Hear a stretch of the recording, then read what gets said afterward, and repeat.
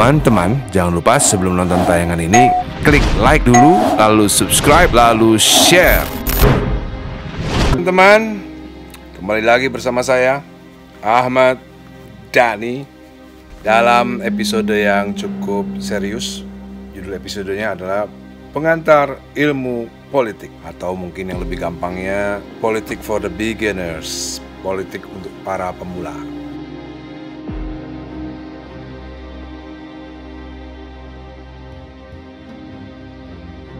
Sebelum kita memulai sebuah monolog saya tentang politik, ada baiknya teman-teman ngecek dirinya sendiri. Siapakah di Indonesia ini yang menjadi idola kalian dalam soal politik? Nah, coba dipikirin siapa kira-kira tokoh politik yang menjadi idola daripada teman-teman, misalnya Setia Novanto misalnya, atau mungkin Idrus Marham, atau mungkin Nusron Wahid, atau mungkin Luhut Binsar Panjaitan. Apakah mereka-mereka yang saya sebut tadi itu adalah tokoh-tokoh politik yang kalian kagumi?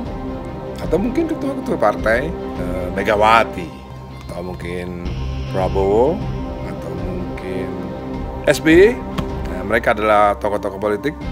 Nah, setelah kalian berpikir, apakah kalian sudah menentukan siapakah tokoh-tokoh politik yang kalian kagumi?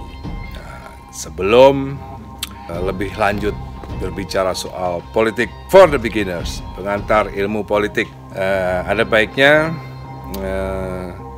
kita berbicara soal sejarah politik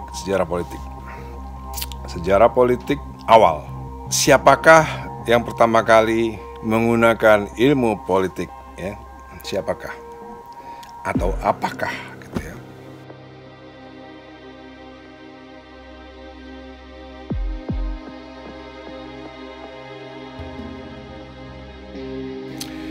Karena terus terang ini yang saya akan bicarakan itu tidak ada di dalam buku pengantar ilmu politik, karena ini adalah sebuah cara saya berpikir tentang politik, apa itu politik, dan apa yang nanti akan saya sebutkan nanti itu nggak ada, saya yakin belum ada di buku ya, saya yakin belum ada di buku.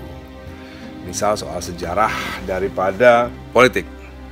Menurut saya politik itu dibagi 3. Nomor 1 politik iblis, nomor 2 politik manusia, nomor 3 politik kenabian.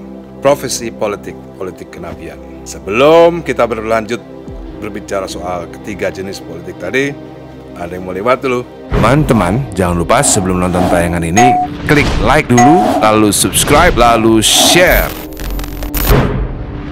Teman-teman, tadi saya sudah bicara soal 3 jenis politik ya, ditinjau daripada asalnya dan kegunaannya. Nomor 1 tadi saya sebut politik iblis, nomor 2 politik manusia, dan nomor 3 politik kenabian. Yang pertama, kenapa saya sebut iblis ya, politik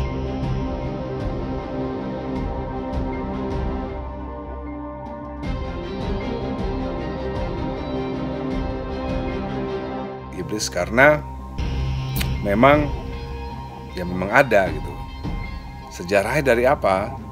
Sejarahnya dari iblis waktu pertama kali membujuk Adam untuk memakan buah apel itu ya, buah pengetahuan.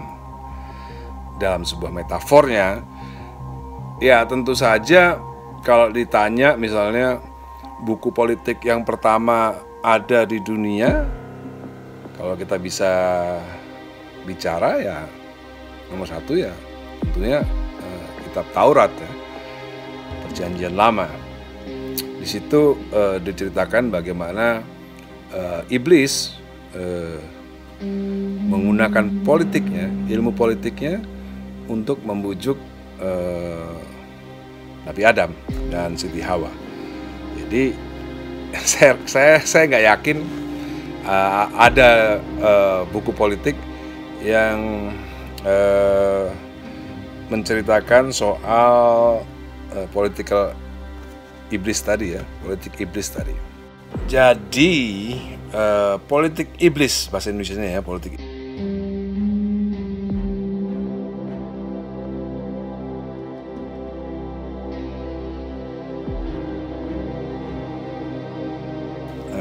Kalau teman-teman beli buku soal politik, saya yakin gak akan ada satu diksi soal politik iblis ya. Menurut saya ini yang pertama kali yang mengucapkan, mungkin yang pertama kali mengucapkan itu saya, bahwa ada 3 jenis politik, salah satunya adalah politik iblis ya. Siapa yang pertama kali memperkenalkan? Ya tentunya ya beliaunya sendiri, yaitu iblis, di dalam sebuah buku politik pertama, yaitu Kitab Taurat. Di situ dijelaskan bagaimana trik-trik, cara-cara iblis untuk mempengaruhi Adam dan Hawa. Nah, lalu apakah setelah itu politik iblis ini ada yang meniru? Ya ada.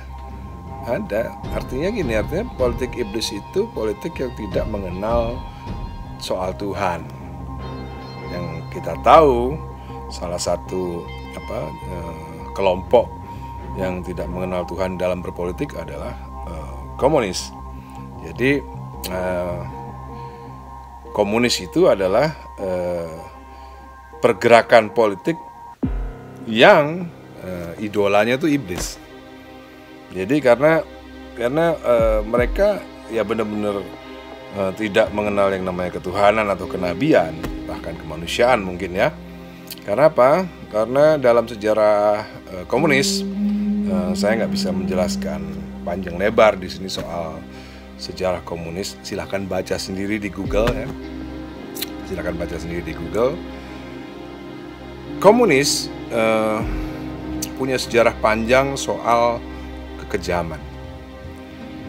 Kalau kita belajar sejarah tentang Rusia, dulu sebelum ada republik, ya di Rusia itu ada sebuah monarki ya, kerajaan.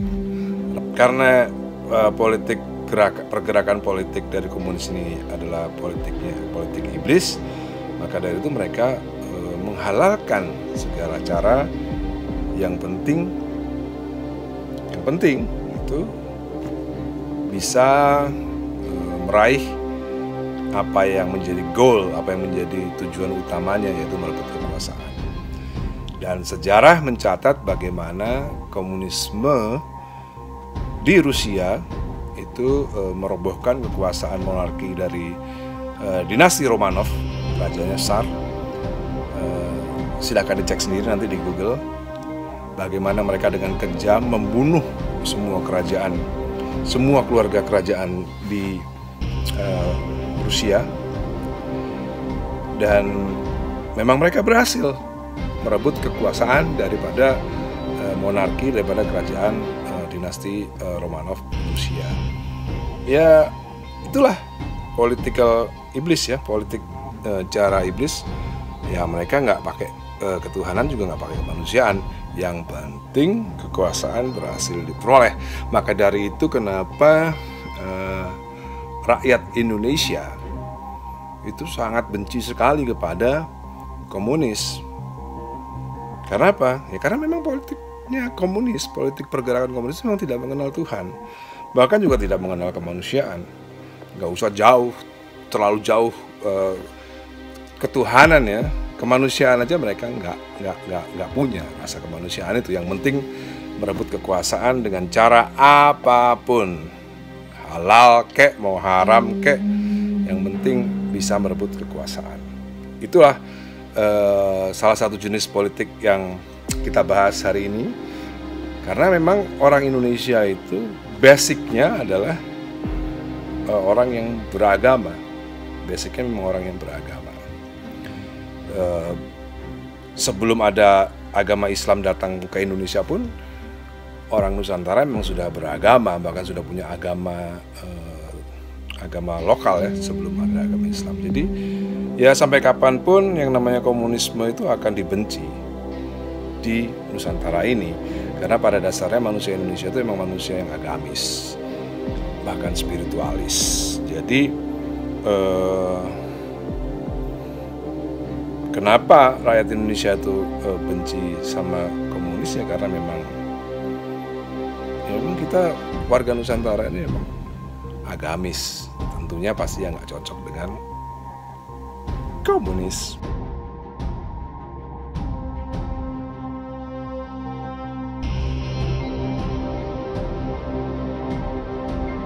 Teman-teman, itulah tadi satu jenis politik yang saya coba jelaskan kepada teman-teman, yaitu yang belum saya sebut, yang belum saya jelaskan adalah politik manusia dan politik kenabian. Yang saya jelaskan tadi adalah baru politik iblis. Mudah-mudahan teman-teman bisa memahami apa itu politik iblis. Apakah itu masih ada di dunia ataukah apa itu ada di negara kita, ya silahkan teman-teman sendiri yang menilai. Jika ada suatu kelompok yang merebut kekuasaan atau mempertahankan kekuasaan dengan cara apapun tanpa mengindahkan rasa kemanusiaan, yaitu sebenarnya mereka itu komunis. Cuman tidak berani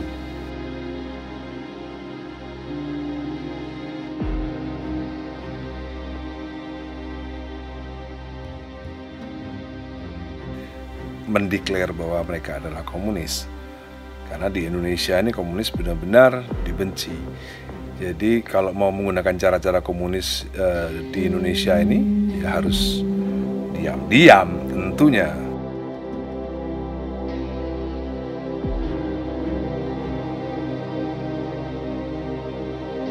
Nggak boleh dengan terus terang, karena kalau terus terang rakyat Indonesia bisa bergerak. Jadi ya kalau mau menggunakan cara-cara komunis ya harus diam-diam, nggak boleh terus terang, meskipun cara-caranya cara-cara komunis. Nah, jenis politik yang kedua, politik manusia. Kita akan jelaskan, saya akan jelaskan episode berikutnya. Pengantar Ilmu Politik Part 2.